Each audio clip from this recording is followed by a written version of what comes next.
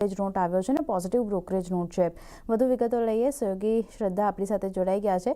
શ્રદ્ધા, good afternoon. જણાવો, Dixon ટેકનોલોજીમાં એક સારી ખરીદારી જોઈ રહ્યા છે, શું કારણો છે? જી, તો ડિક્સન ટેક પર જેપી મોર્ગનનો રિપોર્ટ છે, તેઓએ રેટિંગ ઓવરવેટ કોલની આપી છે। ટાર્ગેટ તેઓએ 12,700 રૂપિયા પ્રતિ શેરના કર્યા છે। તેઓએ રિપોર્ટમાં જણાવ્યું છે કે વિવો ઇન્ડિયાના 3.5 કરોડ યુનિટ વોલ્યુમમાંથી 2.2 કરોડ કંપનીને મળવાની અપેક્ષા અહીંયાથી બનતી દેખાઈ રહી છે। જોઈન્ટ વેન્ચરથી 30,000 કરોડ સુધીની આવક અહીંયાથી ઉમેરાવાની અપેક્ષા છે, એટલે કે એડિશનલ રેવન્યુ જનરેટ થઈ શકે છે કંપનીને।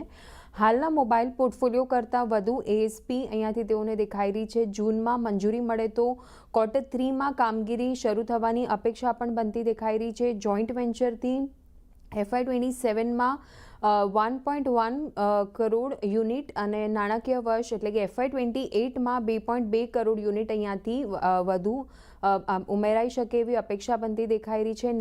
FY27-28માં આવક અનુમાનમાં 24થી લઈને 39% સુધીનો વધારો થવાની અહીંયાથી અપેક્ષા બનતી દેખાઈ રહી છે। સાથે જ 51:49 રેશિયોમાં જે જોઈન્ટ વેન્ચર છે એના માળખાને કારણે EPSના જે અનુમાન છે એમાં પણ 13થી લઈને 18% સુધીનો અહીંયાથી વધારો આવી શકે છે એવી અપેક્ષા બનતી દેખાઈ રહી છે। તો આ બધા જ કારણોને લીધે બ્રોકરેજ હાઉસ આના પર બુલિશ દેખાઈ રહ્યા છે અને એટલા માટે સ્ટોક પણ અત્યારે આપણને આના પર ફોકસ રાખવાનું રહેશે। જી, આભાર શ્રદ્ધા આપનો સમગ્ર